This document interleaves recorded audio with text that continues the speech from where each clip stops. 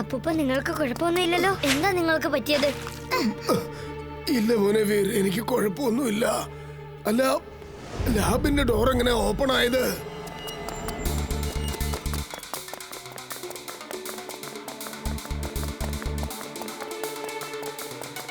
അപ്പൂപ്പ hard disk ആരോ മോഷ്ടിച്ചോണ്ട് പോയിരിക്കാ.